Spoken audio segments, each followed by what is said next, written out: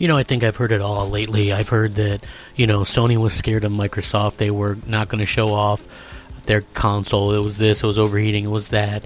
There was this problem, it was that problem. And then, what I think the funny part about all this is that Sony themselves have no problem just kind of taking it easy. And everybody seems to forget that last generation, Sony showed off the controller first, right, at their reveal event. And then in June of 2013 showed off the PlayStation 4. Now, here we are in April, and people are already freaking out, claiming that Sony is scared and terrified and things like that. Now, yesterday was Inside Xbox, another terribly boring show that probably wasn't needed. And before that show even got started, Sony just dropped a megaton and show off their new PlayStation 5 DualSense controller, which absolutely was the talk of the town. Whether you wanted to like it or hate it, I think the consensus was that PlayStation fans loved it and Xbox fans were jealous, trying to say that, they ripped off the Xbox controller, which is ridiculous. If anything, the Xbox controller ripped off the PlayStation 4 controller with the share button. But to me, the DualSense is a redesign, and it looks fresh and it looks like a next-gen thing, whereas the Xbox Series X controller just looks like a regular Xbox One controller with an added button. And I think that goes to show that Sony is going more into the next generation phase than what Microsoft is. So that's really something that I think is important as well, just to go forward. So I think that it's really, really cool that they were able to do some of the things that they've done with this controller, and it looks absolutely incredible. Maybe the best looking controller I've ever seen, the white on black. And I think that the console will probably match something like that, and that's very innovative and next gen feeling to me as well.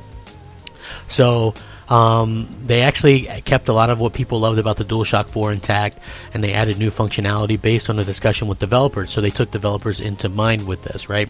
So they added haptic feedback, which adds powerful sensations when you feel and use it, such as grittiness when you're driving a car and things like that. They also did adaptive triggers with the L2 and R2. So you can truly feel the tensions of your actions, like drawing a bow to shoot an arrow, excited challenges and things like that.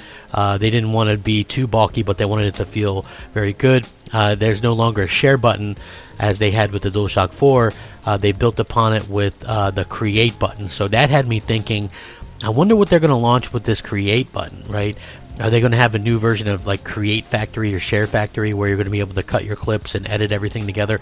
Like, I think that would be really, really cool, and something that Microsoft wouldn't be able to really be a part of, because let's face it, the Xbox Series X is launching with the UI and OS that we have right now.